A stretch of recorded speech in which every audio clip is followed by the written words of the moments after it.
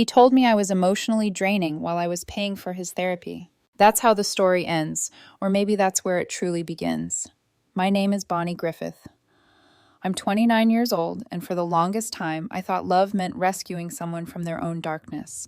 When Tyler first moved into my apartment, he called it his safe place. He'd just come out of a messy breakup, the kind that leaves bruises on your confidence. He said his ex, Melissa, had messed him up emotionally. I believed him. Maybe I wanted to believe him because if he was broken, then I could be the one to fix him. At first, I didn't question the late-night silences or the sudden storms of tears.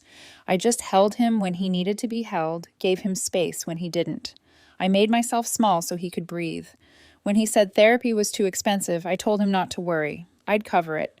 It wasn't cheap, but I told myself love was supposed to be an investment. Every Wednesday, I drove him to his sessions and waited in the car, scrolling aimlessly while he found himself. Afterwards, we'd go for dinner. I'd listen while he talked about his progress, how hard he was trying. I'd smile proud of him. He used to text me things like, "You're my calm," or "I don't know what I'd do without you." Those little messages were fuel for my hope, proof that my patience meant something. But over time, his gratitude turned into expectation. Expectation turned into irritation, and irritation into contempt. It started subtly. If I asked about therapy, he'd sigh like I was nagging. If I told him I missed him, he'd laugh it off, saying, "You're too intense sometimes, Bonnie." One night over dinner, I asked gently, "Do you think therapy's helping?" He rolled his eyes. "You don't have to make everything about feelings you know. Can't we just exist for once?" I went quiet. He reached for his wine like nothing had happened, and I forced a smile. I told myself he was tired, that it wasn't about me. But something inside me folded in half that night. A week later, he brought up Melissa again. We were chopping vegetables, casual, almost playful, when he said Melissa and I used to cook together. It was easy. Nothing was ever so heavy. I froze mid-chop. Heavy, I repeated. He shrugged, stirring the sauce. "Yeah, you just overthink everything. You're emotionally draining sometimes. I miss when things were easy." The words felt like glass shattering in my chest. I wanted to tell him about the nights I stayed awake holding him through panic attacks, about how I rearranged my work schedule to drive him to therapy, about the thousands I'd spent just so he could heal, but I didn't say any of it. I just stared at the cutting board. The knife gleamed under the kitchen light, reflecting my face, tired, pale, hollowed by someone else's weight. "I didn't know caring could be exhausting," I said quietly. He laughed, light dismissive. "That's exactly what I mean. Everything turns into an emotional moment with you." Then he went back to stirring. That sound, the wooden spoon scraping the pot, echoed louder than any argument we could have had. After that, the air in the apartment changed. His work nights got later. He kept his phone face down. The hugs became colder, mechanical. Once I heard him whispering on the balcony, his tone soft, intimate. When he walked back in, startled to see me awake, I asked, "Who was that?" He blinked. "A friend. Work stuff. You don't need to know everything, Bonnie." I smiled politely and said nothing, but his words etched themselves into my memory. You don't need to know everything. That's how people talk when they're hiding something. The next morning, he kissed my cheek like nothing had happened, and I pretended to believe him. But inside, something quiet and dangerous began to shift. The woman who once measured her worth in how well she could love a broken man, Faye, was starting to wonder what she'd lose if she stopped. After that night, the silence between us became its own language. He'd come home late, shoes dragging, smelling faintly of cologne that wasn't his. When I asked where he'd been, he'd sigh, the kind of sigh that accused me of asking before I even said a word. "I told you," he'd mumble, loosening his tie. "Work drinks. My therapist said I should socialize more." He made his therapist sound like a shield, someone who granted him permission to do whatever he wanted. I'd nod, pretending to believe him, but my stomach always tightened when I heard the lock click at midnight. One evening, I found one of his receipts on the counter. 2 glasses of wine, 1 entree, 1 dessert. The restaurant name was scrawled at the top, the same place where we used to celebrate anniversaries. When I looked up, he was already watching me. "Why are you going through my things?" he asked. "I wasn't," I said softly. "You left it here." He took it from my hand, tore it in half, and smiled without warmth. "You really need to stop overanalyzing everything, Bonnie. It's exhausting." That word again. Exhausting. I used to think I was his anchor. Now I realized he thought I was his weight. Sometimes I'd catch him staring into space, scrolling on his phone with a faint smirk. When I walked into the room, he'd lock it instantly, as if the light of the screen would betray him. I stopped asking. I stopped confronting. I just watched. Because when love turns into suspicion, you learn that silence tells the truth faster than any confession ever will. Weeks passed like that. He'd come home late, say I'm tired, and collapse on the couch. He no longer told me about therapy or Melissa or anything at all. The man I fell in love with, the one who used to say, "You're my calm," was gone. In his place was a stranger who only spoke in half-truths and accusations. One night, he didn't come home at all. I sat on the couch till dawn, the clock ticking too loudly, my phone face up on the table. He texted at 5:37 a.m. Stayed at a friend's, "Don't wait up next time, I need space." That word space used to sound like self-care. Now it sounded like rejection wrapped in therapy jargon. I tried to convince myself he was just lost the way hurt people often are. But the thing about loving someone who's broken is eventually you realize they don't want to be healed, they just want you to bleed with them. He began to twist everything I said. If I asked a question, I was insecure. If I stayed quiet, I was passive-aggressive. If I cried, I was too emotional. If I didn't, I was cold. There was no right way to love him anymore. Every word I spoke felt like stepping barefoot on glass. Then came the night that burned everything down. It was raining hard enough to drown out my thoughts. I walked past the balcony to close the sliding door and froze. His voice. Low, soft, too familiar. "No, she's asleep. Yeah, I miss you too." The words sliced through the rain like thunder. When he turned, I was standing there, arms crossed, expression calm, though my heart was roaring. "Who was that?" I asked quietly. He blinked, startled. Then his voice hardened. "Why are you eavesdropping, God, Bonnie? You're suffocating sometimes." I laughed at the kind of laugh that sounds more like breaking. "Right, because I overheard you missing someone else." He ran a hand through his hair. "You always twist things. You hear what you want." "No," I said softly. "I'm just finally hearing you clearly." That night I didn't cry.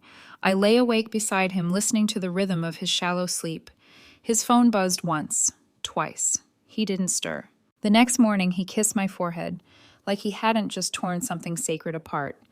And as the door closed behind him, I stared at the empty space he left, realizing that love shouldn't feel like surviving someone's moods. He said I was emotionally draining, but maybe he was right, just not in the way he thought, because loving him had drained everything from me. The day everything snapped was a Thursday. I remember because Thursdays were therapy days. He'd left early wearing that same navy shirt I'd ironed for him the night before, the one he always wore when he wanted to look put together. He didn't kiss me goodbye, just said, "Don't wait up." By then, I'd stopped asking where he was going after his sessions. You learn eventually that people who want to be caught will leave a trail. People who don't make sure you look crazy for following it. That afternoon, my phone buzzed. It was Lena, a mutual friend. She sent a message that started with, "Hey, are you and Tyler okay?" My stomach dropped. Before I could type back, a photo followed. Tyler, sitting across from Melissa at a cafe, leaning in close, smiling in that effortless way I hadn't seen in months. Her hand rested on his arm, his phone face down on the table. The timestamp read 2:47 p.m., the same time he was supposedly in therapy. I stared at the picture for a long time, waiting for the ache to rise, for tears, for rage. But what came instead was silence, cold and strangely liberating. Because deep down I already knew. The light had gone out long before that photo. The picture was just proof. That evening, I drove home in the rain. Every streetlight looked like it was watching me. I walked into our apartment, still smelling of his cologne, and saw his mug on the counter, the one that said, "Progress, not perfection." I picked it up, stared at it for a moment, then placed it gently in the sink. Then I opened my laptop, canceled the automatic payments for his therapy sessions, booked a small rental 2 neighborhoods away, and began packing. Not out of anger, out of clarity. I didn't take everything. Just what I brought into the relationship, my clothes, my books, the wooden jewelry box my mom gave me. He could keep the furniture, the dishes, the safe place he once called ours. Before leaving, I stood in the kitchen one last time. The place felt hollow, stripped of laughter, of late-night whispers, of everything I once thought was love. I took a sticky note and wrote in neat blue ink, "You said I was draining. I hope this feels lighter." I set it beside his keys and walked out without looking back. He didn't notice I was gone until hours later. While I unpacked my last box in the new apartment, my phone lit up one call, then another. Then a message. "What the hell is this, Bonnie? Are you seriously ghosting me? You're being dramatic." "Melissa and I were just talking. My therapist said closure is healthy. Please call me. Don't do this." I turned the phone face down and let it buzz. For months, I had waited outside his therapy sessions believing that healing was something we could share. But I finally understood some people don't want healing, they want an audience. That night, I slept deeply for the first time in nearly a year. No shallow breaths beside me, no anxious whispers of "don't leave," just stillness. When I woke up, the morning light poured across the floor clean and golden, and I realized something that terrified me at first. Peace can feel lonely at the beginning, but that's only because you've forgotten what quiet really sounds like. For the next few days, my phone was a war zone calls, voice notes, long paragraphs that swung between anger and apology. "You overreacted. You misunderstood. Melissa means nothing. Please, Bonnie, don't do this." I didn't respond to any of them. I wasn't playing a game. I was done playing his. When he realized I wasn't answering, the tone of his messages changed. "You always do this, you know. You run away when things get hard. I was just trying to figure myself out. You, of all people, should understand that." That last line made me laugh. I did understand. That's why I left. 2 days later, he showed up at my new apartment. I knew he would. People like Tyler don't handle silence well. It forces them to hear their own echoes. He knocked for 5 full minutes before I opened the door. He looked furious and panicked all at once. "So that's it," he snapped. "You just leave? No conversation, no closure." I leaned against the doorframe, calm. "You already had your closure," I said. "You just wanted me to stay and watch you enjoy it." His jaw tightened. "You always twist everything. I didn't cheat on you. Melissa just needed clarity. I was helping her move on." "Right," I said quietly. "How generous of you." He stepped closer, lowering his voice. "You're being cruel. You know I didn't mean to hurt you." "I know," I said, meeting his eyes. "You just didn't care enough not to." The silence that followed was suffocating. For the first time, I watched him struggle for words and find none. He had always been good at deflection, good at making me doubt myself. But now he was talking to someone who had already stopped listening. He took a step back, trying a different tone. "Bonnie, I just need time. We can work through this." I shook my head. "You need therapy, not an audience. I'm done clapping for your pain." Then I closed the door. Not dramatically, not with tears, just firmly, finally. The first week alone felt strange. Not painful exactly, just empty. I kept expecting the sound of keys in the lock, his humming in the shower, the thud of his shoes in the hallway. But all I heard was the hum of my refrigerator and the occasional buzz of my phone. I didn't answer his messages, but I read them all out of habit, more than curiosity. Each one was shorter than the last, until finally there were none. And in their place came silence. But instead of feeling hollow, that silence started to feel clean. Like breathing after years of stale air. Like walking barefoot on cool tiles after stepping out of fire. I rearranged the apartment. Bought myself a small plant I named Closure. It sat by the window, always turning toward the light. Every morning, I'd make coffee and sit on the balcony, his old spot, and watch the city wake up. At first, I expected him to show up again. They always do when they realize the leash is gone. But days turned into weeks, and he didn't. Maybe he finally found another savior. Maybe he was too proud. Maybe he was waiting for me to break first. He didn't realize that silence wasn't my weakness. It was my recovery. Because some people think you disappear when you stop talking. But sometimes that's when you finally start existing again. It had been a month since I last heard his voice. Long enough for my apartment to smell like lavender instead of regret. Long enough for me to start sleeping through the night without dreaming about him. Then one morning, as sunlight slid across the kitchen tiles, my phone buzzed. "Tyler, hey, can we talk just one last time?" I stared at the message. My coffee went cold before I even blinked. The silence I'd built was so peaceful that his words felt like a rock thrown into still water. I didn't reply. By evening, another message came. "You don't have to be so cold. You know I'm not a bad person." I set my phone down and smiled faintly. Of course he wasn't a bad person. He was just a selfish one, and those are often harder to spot. 3 days later, I got a call from Lena. "Bonnie, you might want to sit down for this." I laughed softly. What did he do now? Apparently, she said, lowering her voice, Melissa dumped him. She said he was manipulative, that he used his healing talk to guilt trip her. I didn't say anything. I didn't have to.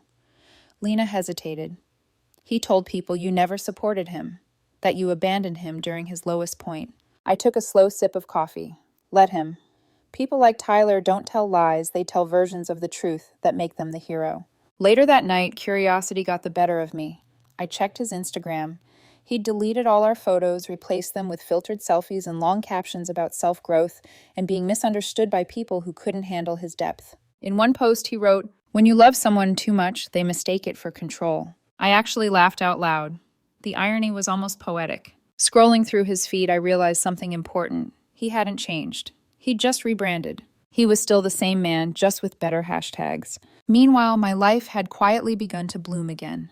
I joined a pottery class, signed up for yoga. I even started painting again, something I hadn't done since before him. Each brushstroke felt like reclaiming a piece of myself he'd once drained away. Sometimes while washing paint from my hands, I'd wonder if he thought of me, if he ever missed the version of himself that I'd built for him. But then I'd remember he didn't miss me.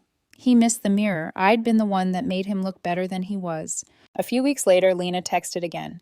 Tyler's been ranting online about toxic women who drain men emotionally. I smirked. Guess the title's been recycled. He also lost a few clients from his freelance work, she added.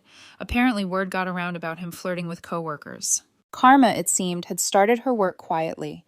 Not dramatic, just steady. Little cracks forming in the mirror he used to adore himself in. One night, as I stood on my balcony with a glass of wine watching the city lights, my phone buzzed again. Tyler. I miss who we were. Not the fighting, just us. I know I messed up.